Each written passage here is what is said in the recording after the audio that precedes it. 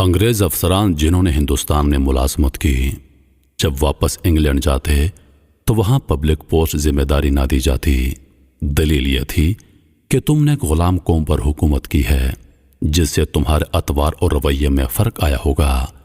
یہاں اگر اس طرح کی کوئی ذمہ داری تمہیں دی جائے تو تم آزاد انگریز قوم کو بھی اسی طرح ڈیل کرو گے۔ اس مختصر تعارف کے ساتھ ایک واقعہ بیان کرتے ہیں۔ ایک انگریز خاتون جس کا شوہر برطانوی دور میں پاک و ہند میں سول سروس کا آفیسر تھا۔ خاتون نے زندگی کے کئی سال ہندوستان کے مختلف علاقوں میں گزارے۔ واپسی پر اپنی یادداشتوں پر مبنی بہت خوبصورت کتاب لکھی۔ خاتون نے لکھا کہ میرا شوہر جب ایک ضلع کا ڈپٹی کمشنر تھا، اس وقت میرا بیٹا 4 سال کا اور بیٹی 1 سال کی تھی۔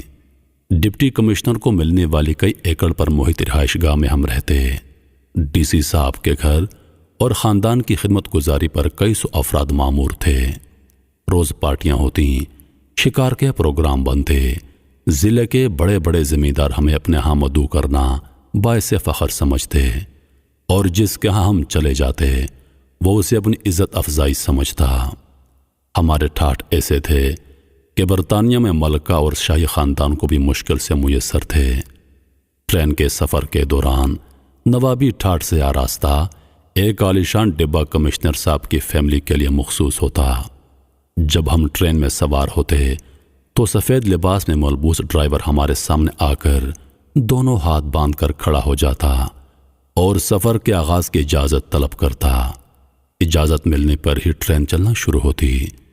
ایک بار ایسا ہوا کہ ہم سفر کے لیے ٹرین میں بیٹھے تو روایات کے مطابق ڈرائیور نے حاضر ہو کر اجازت طلب کی۔ اس سے پہلے کہ میں بولتی میرا بیٹا بول اٹھا جس کا موڈ کچھ خراب تھا۔ اس نے ڈرائیور سے کہا ٹرین نہیں چلانی۔ ڈرائیور نے حکم بجا لاتے ہوئے کہا جو حکم چھوٹے صاحب۔ کچھ دیر بعد صورتحال یہی تھی کہ اسٹیشن ماسٹر سمیت پورا عملہ جمع ہو کر میرے 4 سالہ بیٹے سے منتیں کر رہا تھا، لیکن بیٹا ٹرین چلانے کی اجازت دینے کو تیار نہ ہوا۔